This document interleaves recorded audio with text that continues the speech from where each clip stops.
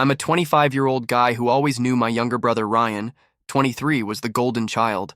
There was never any doubt or subtlety about it. My parents, both in their mid-50s, practically worshipped him, bragging about him at every family gathering, like he was some kind of flawless hero. Ryan could crash a car into a tree, and somehow the blame would fall on the tree itself. Meanwhile, I was the problem child, not because I actually caused trouble, but simply because I wasn't him. No matter how hard I worked, straight A's, awards, summer jobs, it never mattered. My achievements were always dismissed, overshadowed by how naturally gifted Ryan was, or how he was just enjoying his youth, while I wasted time on nonsense. On top of my parents' favoritism, Ryan was downright cruel to me, expertly manipulating them with sly little remarks that planted doubt in their minds. I remember being 17, trying to study for an important exam while he barged in, poked me, and deliberately annoyed me. When I finally snapped, my parents sided with him, accusing me of bullying. Even when I saved up to buy my own laptop, Ryan's jealousy drove him to casually hint to my parents that I might have stolen the money, sparking an interrogation that never would have happened if the roles were reversed.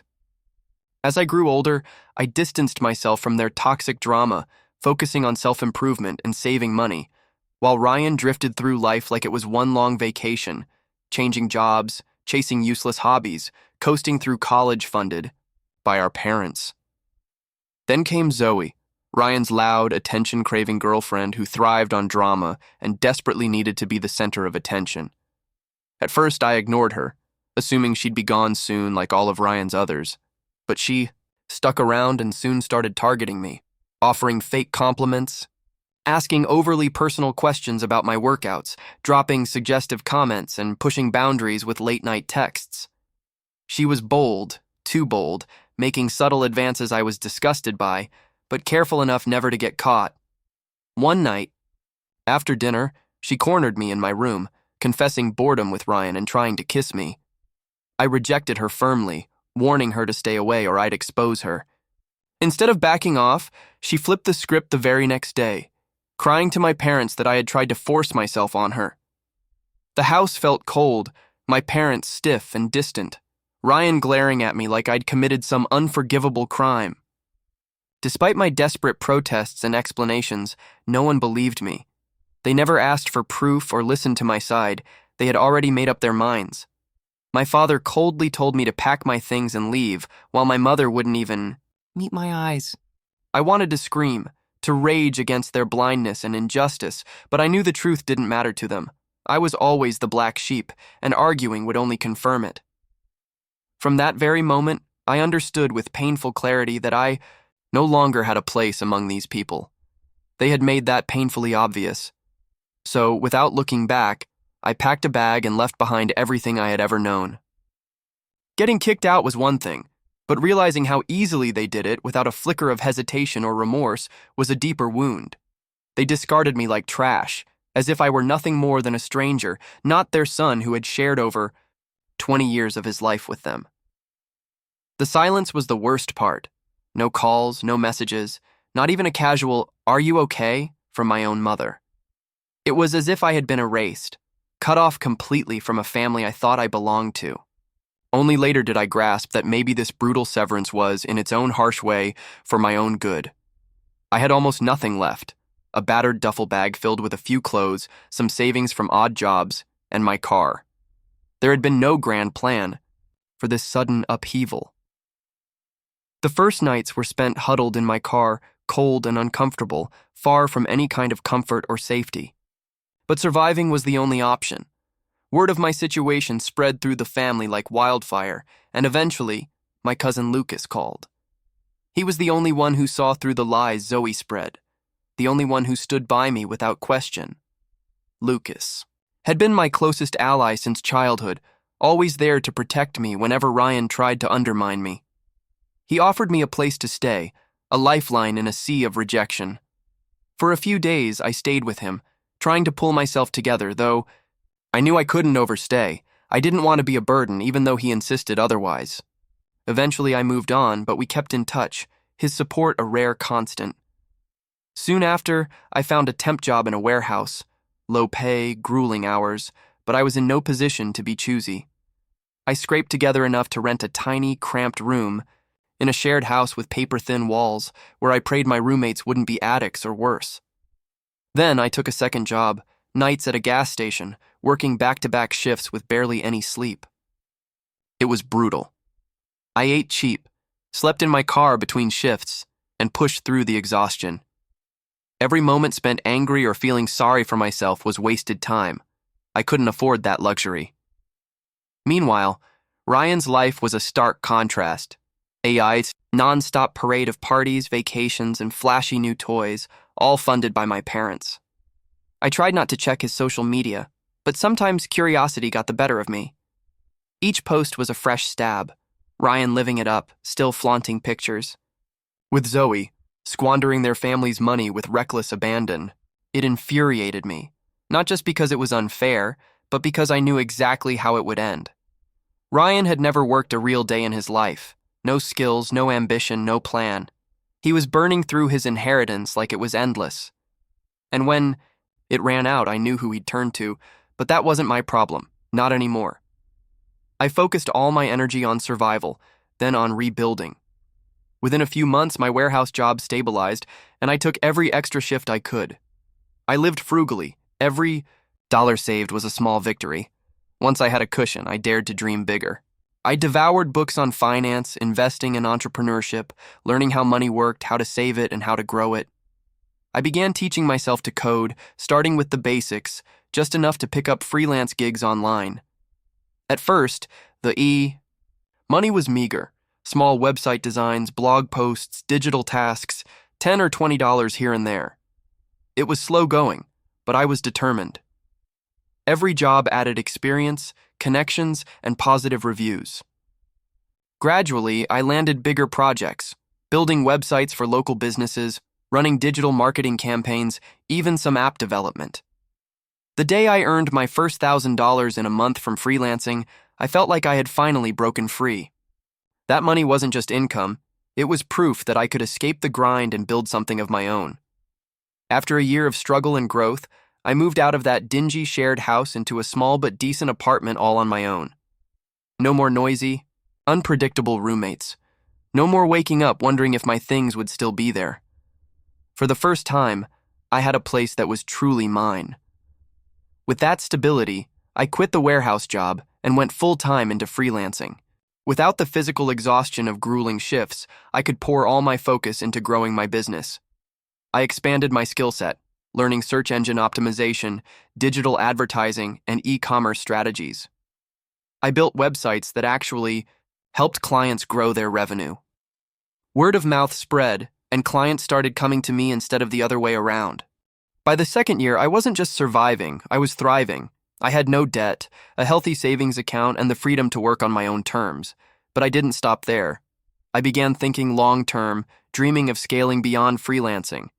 I built my own professional website, created packages tailored for different types of businesses, and repositioned myself as a consultant rather than just a freelancer. I automated all the little things, emails, invoices, scheduling, so I could zero in on the bigger projects, even started outsourcing some work to other freelancers, taking a cut while still ensuring top-notch results for my clients. By the third year, I was making more money than I ever dreamed possible. Not a millionaire, but enough to live comfortably, save for the future, and never stress about bills again. More importantly, I had control. No boss breathing down my neck, no rigid schedule I didn't choose, no one to answer to but myself. As for my family, I cut them off completely after that whole Zoe mess. They never even tried to reach out, and honestly, I didn't care. Through it all, Lucas stayed in my corner. We'd meet up here and there to catch up, until one day after months apart, he called with some big news I had to hear. We met at a coffee shop, and without any small talk, he blurted, "You won't believe what's happening."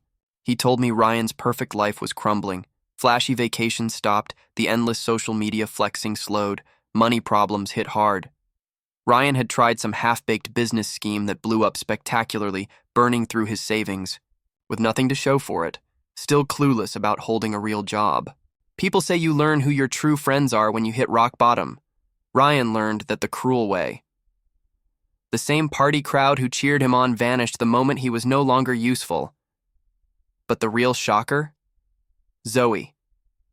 She'd been even flashier, posting about their perfect life. But once the money dried up, she abandoned him, even cheating with one of her friends. Honestly, I saw it coming. She was never in it for love, just the lifestyle, the attention, the free vacations, and Instagram fame. When Ryan couldn't provide those, she bailed without a second thought. Meanwhile, my parents, who had poured money into him for years, hoping he'd magically succeed, finally started to question everything. Though I was out of their lives, I knew how they felt. My mom devastated to see her golden boy fail, my dad probably wondering why he still had to hand out cash after kicking me out so easily. I should have felt sorry for them or for Ryan, but I didn't. Then came the kicker, Zoe, notorious for running her mouth, especially when drunk, let it all slip to her old party friends. She admitted she lied about me, that I never harmed her, and only accused me because I rejected her and threatened to expose her. She laughed at how easily my parents took her side, how she played the victim flawlessly, treating the whole thing like a joke. Even worse, her friends recorded her confession. At first, I had no clue any of this was unfolding. I was too busy building my life. But Lucas told me one of her toxic friends sent the recording to my parents, maybe out of spite, or just to stir drama. I wasn't there for their reaction, but I can only imagine the shame, the shock, the bitter truth that they'd destroyed their relationship with their own son over a complete lie. So after that bombshell, while Ryan was finally getting hit by the consequences of his reckless life, guess who suddenly wanted to reconnect? My parents started blowing up my phone with missed calls, my mom texting, "We need to talk," followed by desperate voicemails filled with apologies and pleas. Ryan even reached out, wanting to talk. But I wasn't naive. I knew exactly what this was about. They weren't missing me, nor had they truly realized how wrong they'd been. They just wanted to soothe their own guilt for throwing me out, like garbage, only to find out years later that it was all based on lies. I ignored them, until one voicemail from my mom caught my attention. Ryan was in serious trouble, she said, begging me to call back. I almost laughed. Serious trouble? His credit cards maxed out? Another failed get-rich-quick scheme? Struggling to pay rent now that Zoe was gone? I let the voicemail sit for a day before curiosity won, and I called back, not because I cared, but because I wanted to hear the story firsthand. She answered on the first ring, relief flooding her voice. After a pause, she spilled the truth. Ryan was drowning in debt, made terrible investments, took out loans, and no bank would help him anymore. I couldn't help but laugh bitterly. What did she expect? That I'd swoop in and rescue him with the money I'd worked so damn hard for while they tossed me aside without a second thought? Instead, I asked coldly, "And what does that have to do with me? You're doing fine now. You have the means to help." And there it was, the bottom of the barrel. Ryan, their golden child, had crashed and burned so hard that the only person left to bail him out was me, the very son they humiliated and discarded over a complete lie. Now, with everything falling apart and no one else to turn to, suddenly I was worth talking to again. How ironic. I let the silence stretch before I finally said, "You're joking, right?" She came rushing in, her voice trembling with desperation. "We know we made mistakes. We know things should have gone differently. But family sticks together, and Ryan needs help. You wouldn't just watch your family drown, would you?" I took a slow breath, steadying myself before I said, "Let me get this straight.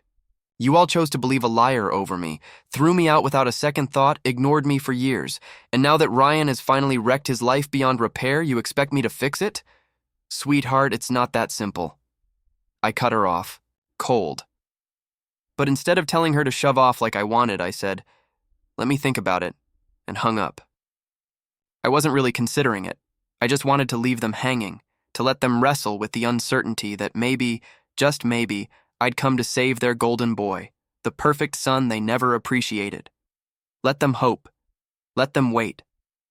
Finally, I agreed to meet, demanding they all be there, my mother, father, and Ryan, so if they wanted to beg, they'd do it to my face. We met at a fancy restaurant they could barely afford anymore. They must have thought I was being polite. When I walked in, they were already seated. My mother looked 10 years older, worn and defeated. My father, usually smug and confident, seemed uncomfortable. And Ryan, he looked wrecked. For the first time, he looked desperate. I sat down, leaned back, and said, "All right, go ahead." No hesitation. My mother launched into a rehearsed speech about family, forgiveness, and second chances. My father, too proud to beg, muttered something about mistakes. Then Ryan finally spoke. "I screwed up, I know that, but I just need a little help to get back on my feet." I let them spill it all, soaking in their pleas with quiet satisfaction. Then I said the word they dreaded. "No." I shrugged.